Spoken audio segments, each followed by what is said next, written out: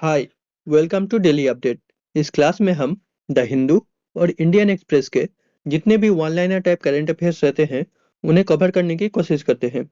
आज है 13 जनवरी और आज हमारे क्लास में टोटल में 9 न्यूज है जिसे हम आज के क्लास में कवर करने वाले हैं। तो चलिए शुरू करते हैं हमारा आज का पहला न्यूज से। हमारा आज का पहला न्यूज है इंडिया और जर्मनी को लेकर।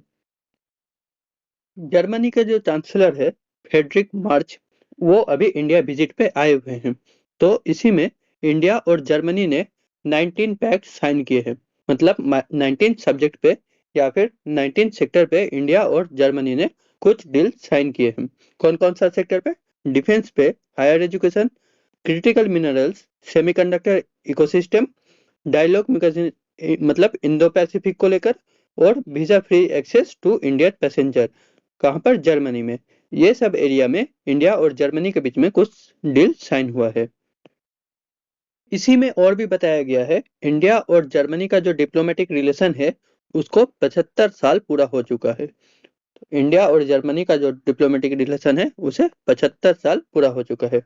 इसमें और भी कुछ डिक्लेरेशन साइन किया गया है जिसमें से एक है, एक सेंटर बनाने की बात की गई है। किस चीज पे? रीन्यूएबल एनर्जी पे, जो स्किल प्रोवाइड करने के लिए एक सेंटर बनाने की बात की गई है ये जॉइंट डिक्लेरेशन में। ये जो बायलैटरल मीटिंग हुआ था इंडिया और जर्मनी के बीच में, उनका जो आउटकम निकला है वो देख लेते हैं कुछ कुछ आउटकम। जैसे फर्स्ट आउटकम था visa free access to Indian passenger को जर्मनी में वीजा फ्री एक्सेस मिलेगा। सेकंड था foreign policy security dialogue. Third था इंडो पैसिफिक में। Fourth, India Germany digital dialogue, मतलब जितने भी डिजिटल डिवाइस या फिर एआई ये सब को लेके एक डिजिटल डायलॉग का बात किया गया है। और जर्मनी के द्वारा 1.24 बिलियन का इन्वेस्टमेंट किस चीज पे? रिन्यूएबल एनर्जीज में, ग्रीन हाइड्रोजन और पीएम ई बस सेवा, ये सब एरिया में क्या करेगा? जर्मनी 1.24 बिलियन इन्वेस्ट करेगा। और क्या बताया गया है? Launch of battery storage working group. ये पांच ये पांच या छह, सॉरी, ये छह एरिया है जिसमें इंडिया और जर्मनी का बायलैटरल डील कंक्लूड हुआ है। इसी के साथ आगे बढ़ते हैं हमारा आज का सेकंड न्यूज पे। हमारा आज का सेकंड न्यूज है यूएस को लेकर। यूएस का जो एम्बेसडर है सर्जियो गोर, यूएस का जो एम्बेसडर है सर्जियो गोर, उसने क्या किया है? यूएस का एक इनिशिएटिव है पैक्स सिलिका इनिशिएटिव, इसमें अभी रिसेंटली इंडिया को इनवाइट किया है। एक बार देख लेते हैं ये पैक्स सिलिका इनिशिएटिव क्या है।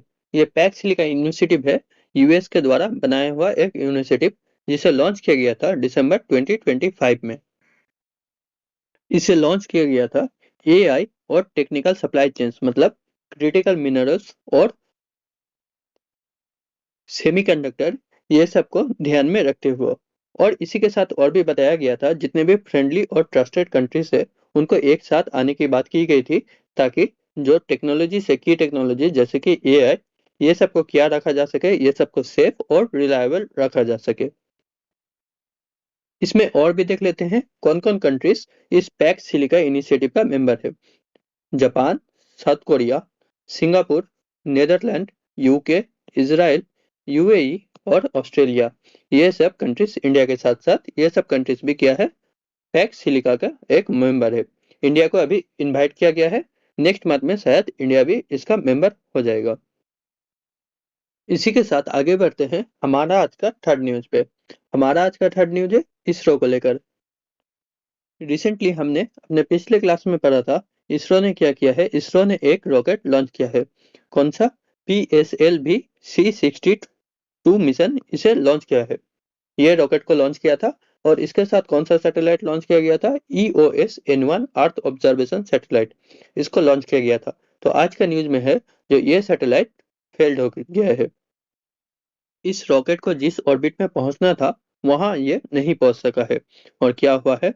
PS3 मतलब थर्ड स्टेज में आके ये फेल्ड हो चुका है। इसी के साथ और भी देख लेते हैं जो PSLV है, ये इसरो का एक मेन रॉकेट है। जो किया है अभी तक इसरो ने 105 लॉन्च किए हैं, उसमें से 65 लॉन्च PSLV से ही किया गया है। इसी के साथ और भी बताया जा रहा है, इसरो अभी तक 430 सैटेलाइट लॉन्च कर चुका है। कितना? 34 कंट्रीज के 430 सैटेलाइट इसरो लॉन्च कर चुका है। इसी के साथ आगे बढ़ते हैं हमारा आज का नेक्स्ट न्यूज पे। हमारा आज का नेक्स्ट न्यूज है कोचिंग इंस्टीट्यूशन को लेकर। इंडिया में कोचिंग इंस्टीट्यूशन पे स्टूडेंट का डिपेंडेंस देखते हुए एक कमेटी बनाया गया है। किसके द्वारा? मिनिस्ट्री ऑफ एजुकेशन के द्वारा एक कमेटी बनाया गया है, ताकि क्या हो सके, स्टूडेंट का जो डिपेंडेंस है कोचिंग इंस्टीट्यूशन पे वो कम हो सके। और इस कमेटी को हेड किया जाएगा किसके द्वारा? इस कमेटी को हेड किया जाएगा विनेत जोशी के द्वारा। ये क्या है? ये जो डिपार्टमेंट ऑफ हायर एजुकेशन है उनके सेक्रेटरी है। ये क्या करेंगे? ये एग्जामाइन करेंगे कि इस चीज का स्टूडेंट का जो स्कूल का एजुकेशन है उसके बीच में और जो कॉम्पिटिटिव एग्जाम में जो रिक्वायरमेंट होता है उनको गैप को एग्जामाइन करेंगे। इसी गैप के वजह से क्या हो रहा है, स्टूडेंट का कोचिंग इंस्टीट्यूशन पे डिपेंडेंसी बढ़ रहा है। तो उसी गैप को एग्जामाइन करने के लिए ये कमिटी बनाया गया है। इस कमिटी के द्वारा कुछ प्रपोजल भी दिया गया है। प्रपोजल देख लेते हैं क्या क्या प्रपोजल दिया गया है। जो फर्स्ट प्रपोजल दिया गया है उनमें बताया गया है जो मैक्सिमम कोचिंग क्लासेस की जो ड्यूरेशन रहेगा वो 2 से 3 घंटा रहेगा पर डे में। दूसरा प्रपोजल बताया गया है स्कूल का जो करिकुलम रहेगा उसे चेंज किया जाएगा। किस चीज पे? कम्पिटेटिव में जो रिक्वायरमेंट रहता है कम्पिटेटिव एग्जाम, एंट्रेंस एग्जाम में, उसको देखते हुए स्कूल का भी करिकुलम को क्या किया जाएगा? रीडिजाइन किया जाएगा। तीसरा बताया गया है कॉलेज एडमिशन को लेकर। कॉलेज में जो एडमिशन किया जाएगा वो किस बेसिस पे किया जाएगा? बोर्ड का एग्जामिनेशन का जो रिजल्ट है उसी के बेसिस पे कॉलेज एडमिशन किया जाएगा। इसे वेटेज ज्यादा देने की बात की गई है।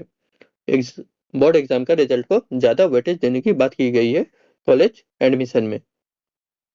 और एक लास्ट प्रपोजल जो था वो था क्लास 11 में कॉम्पिटिटिव टेस्ट इंट्रोड्यूस करने की बात की गई है। इसी प्रपोजल को फुलफिल करने के लिए इस कमेटी के द्वारा कुछ सजेशन भी दिया गया है। फर्स्ट जो सजेशन दिया गया है उसमें से है alignment between school curriculum and competitive exam requirement. मतलब कम्पिटिटिव एग्जाम में जो रिक्वायरमेंट है उसी को देखते हुए स्कूल का करिकुलम को चेंज करने की बात की गई है। और ये चेंज करने के लिए नोडल एजेंसी किसको बनाया गया है? एनसीईआरटी, एनटीए, सीबीएसई और अदर स्टेट बोर्ड, ये सबको नोडल एजेंसी बनाया गया है। मतलब ये सब बोर्ड क्या करेगा? इस चीज पे ध्यान देगा, मतलब अलाइनमेंट पे ध्यान देगा। किस चीज का अलाइनमेंट पे? स्कूल करिकुलम और कॉम्पिटिटिव एग्जाम का रिक्वायरमेंट का अलाइनमेंट पे ये सब बोर्ड ध्यान देगा। जो दूसरा सजेशन दिया गया है उसमें बताया गया है एनटीए को अपॉइंट किया जाएगा किस चीज पे? कैंडिडेट का लेवल चेक करने पे, क्वेश्चन वाइज रिस्पॉन्स पे, शिफ्ट वाइज पेपर पे, मतलब कौन सा शिफ्ट में डिफिकल्टी लेवल क्या है ये सब को लेकर, और फाइनल आंसर की लास्ट 3 इयर्स में कैसा क्वेश्चन आ रहा है ये सब को लेकर एनटीए को क्या किया जाएगा? अपॉइंट किया जाएगा, ये सब चेकिंग के लिए। उसके बाद जो थर्ड है वो सजेशन में बताया गया है आईआईटी कानपुर को। आईआईटी कानपुर क्या करेगा? जो वैलिडिटी है, रिलायबिलिटी है और डिस्क्रिमिनेटरी पावर जो है कॉम्पिटिटिव एग्जाम का उसे चेक करेगा या फिर एसेस करेगा। कौन? आईआईटी कानपुर। जो नेक्स्ट सजेशन है उसमें बताया गया है एक साइकोमेट्रिक एक्सपर्ट को अपॉइंट करने की बात की गई है। ये साइकोमेट्रिक जो एक्सपर्ट रहेंगे ये क्या करेंगे? ये जो क्वेश्चन का डिफिकल्टी लेवल रहेगा उनको चेक करेंगे, ये साइकोमेट्रिक एक्सपर्ट। नेक्स्ट बताया गया है ministry of department of school education और सीबीएसई। ये लोग क्या कर सकते हैं? ये लोग सर्वे कर सकते हैं स्टूडेंट का कि स्टूडेंट का जो एंगेजमेंट है कोचिंग क्लासेस में वो कितना हो रहा है, इसको लेकर ये सर्वे कर सकते हैं। कौन? Ministry of department of school education और सीबीएसई। इसी के साथ जो लास्ट सजेशन दिया गया है, ये लास्ट सजेशन में बताया गया है स्कूल के अंदर ही सीबीएसई के द्वारा एक मेंटोरिंग क्लास प्रोवाइड करना, ताकि स्टूडेंट का जो प्राइवेट कोचिंग इंस्टीट्यूशन है उन पे डिपेंडेंसी कम हो जाए। इसी के साथ आगे बढ़ते हैं हमारा आज का नेक्स्ट न्यूज पे। नेक्स्ट न्यूज है जल जीवन मिशन को लेकर। ये जो जल जीवन मिशन है इसे लॉन्च किया गया था 2019 में, और इसे लॉन्च किया गया था मिनिस्ट्री ऑफ जल शक्ति के द्वारा। क्यों लॉन्च किया गया था? जितने भी रूरल हाउस होल्ड है उनमें क्या कर सके, टैप कनेक्शन से वाटर प्रोवाइड किया जा सके। पर डे पर पर्सन 55 लीटर वाटर प्रोवाइड करने की बात की गई थी इस जल जीवन मिशन के अंदर। जब इसे 2019 में लॉन्च किया गया था तो इसका टारगेट ईयर था 2024, मतलब 2024 तक में इनका 100% टैप वाटर कनेक्शन प्रोवाइड करने की बात की गई थी, बट वो अभी तक कंप्लीट नहीं हुआ है, इसीलिए 2028 तक ये मिशन को एक्सटेंड कर दिया गया है। आगे बढ़ते हैं नेक्स्ट न्यूज की तरफ। नेक्स्ट न्यूज है इंटरनेशनल काइट फेस्टिवल 2026 को लेकर। अच्छा, इंटरनेशनल काइट फेस्टिवल जो हुआ है वो सेलिब्रेट कहाँ पर हुआ है? वो हुआ है इंडिया का साबरमती रिवर फ्रंट अहमदाबाद में। इसे इनोग्रेट किसके द्वारा किया गया है? इसे इनोग्रेट किया गया है पीएम नरेंद्र मोदी के द्वारा, और जो जर्मन के जो चांसलर इंडिया में आज आए हुए हैं फ्रेडरिक मार्च, वो थे इस फेस्टिवल के चीफ गेस्ट। ये जो उत्तरायण, जिसे मकर संक्रांति नाम से भी जाना जाता है, इस फेस्टिवल का सेलिब्रेशन में काइट फ्लाइंग सेलिब्रेशन किया जाता है गुजरात में। ये उत्तरायण या फिर मकर संक्रांति क्यों सेलिब्रेट किया जाता है? सन का जो नॉर्थवर्ड जर्नी है वो स्टार्ट होने की खुशी में या फिर स्टार्ट होने के लिए ये उत्तरायण सेलिब्रेट किया जाता है। इसका मतलब है अब समर का ट्रांजिशन होगा, मतलब अब विंटर खत्म होगा और समर स्टार्ट होगा। और ये जो गुजरात में जो काइट फेस्टिवल सेलिब्रेट किया जाता है वो किसके द्वारा ऑर्गेनाइज किया जाता है? वो ऑर्गेनाइज किया जाता है गुजरात के टूरिज्म डिपार्टमेंट के द्वारा। इस बार के जो काइट फेस्टिवल है इनमें से 135 इंटरनेशनल काइट फ्लायर्स है जो 50 कंट्रीज से है, और 65 काइट फ्लायर्स इंडिया के 13 स्टेट से है। इसी के साथ आगे बढ़ते हैं हमारा आज का नेक्स्ट न्यूज पे। हमारा आज का नेक्स्ट न्यूज है एक एमओयू को लेकर। ये एमओयू साइन किया गया है किसके द्वारा? Indian petroleum and natural gas regulatory board और जर्मन का काउंटर पार्ट, मतलब जर्मन का जो petroleum and natural gas regulatory board है DVGW, इनके द्वारा एक एमओयू साइन किया गया है। किस चीज पे? हाइड्रोजन को नेचुरल गैस इंफ्रास्ट्रक्चर में इंटीग्रेट करने के लिए ये डील साइन किया गया है इंडिया और जर्मन के द्वारा। इसी के साथ आगे बढ़ते हैं हमारा आज का सेकंड लास्ट न्यूज पे। हमारा आज का सेकंड लास्ट न्यूज है डीआरडीओ को लेकर। डीआरडीओ ने अभी क्या किया है? डीआरडीओ ने एक third generation fire and forget man portable anti tank guided missile, जिसका नाम है MPATGM, इसे क्या किया है? इसका सक्सेसफुली फायर टेस्ट किया है। यह टेस्ट कहां पर किया गया है? यह टेस्ट किया गया है अहिल्यानगर महाराष्ट्र में। और यह टेस्ट किसके द्वारा किया गया है? यह टेस्ट किया गया है DRDL, मतलब डीआरडीओ का एक लैब है जिसका नाम है defence research and development laboratory. ये कहां पर है? हैदराबाद में। इसी के द्वारा ये टेस्ट कंडक्ट किया गया है। इसी के साथ आगे बढ़ते हैं हमारा आज का लास्ट न्यूज पे। हमारा आज का लास्ट न्यूज है गोल्डन ग्लोब को लेकर।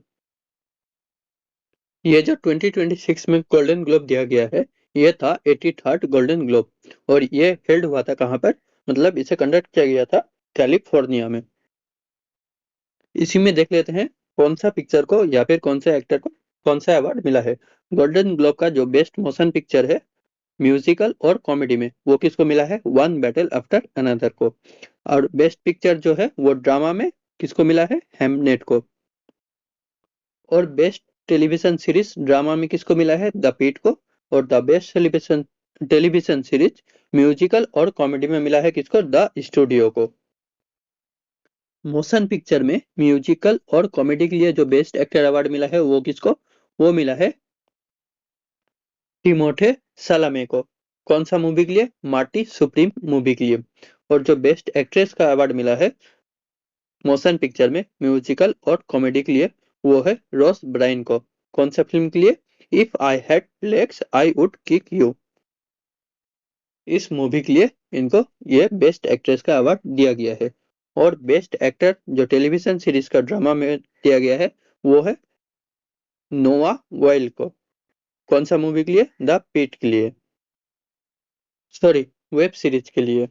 अच्छा, the best actress television series drama के लिए किसको दिया गया है? वो है रिया सी हॉर्न को। कौन सा मूवी के लिए? प्लूरीबस प्लूरीबस सीरीज के लिए।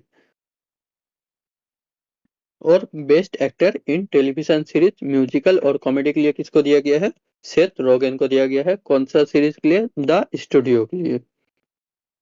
इसी के साथ हमारा आज का क्लास यहीं पर खत्म होता है।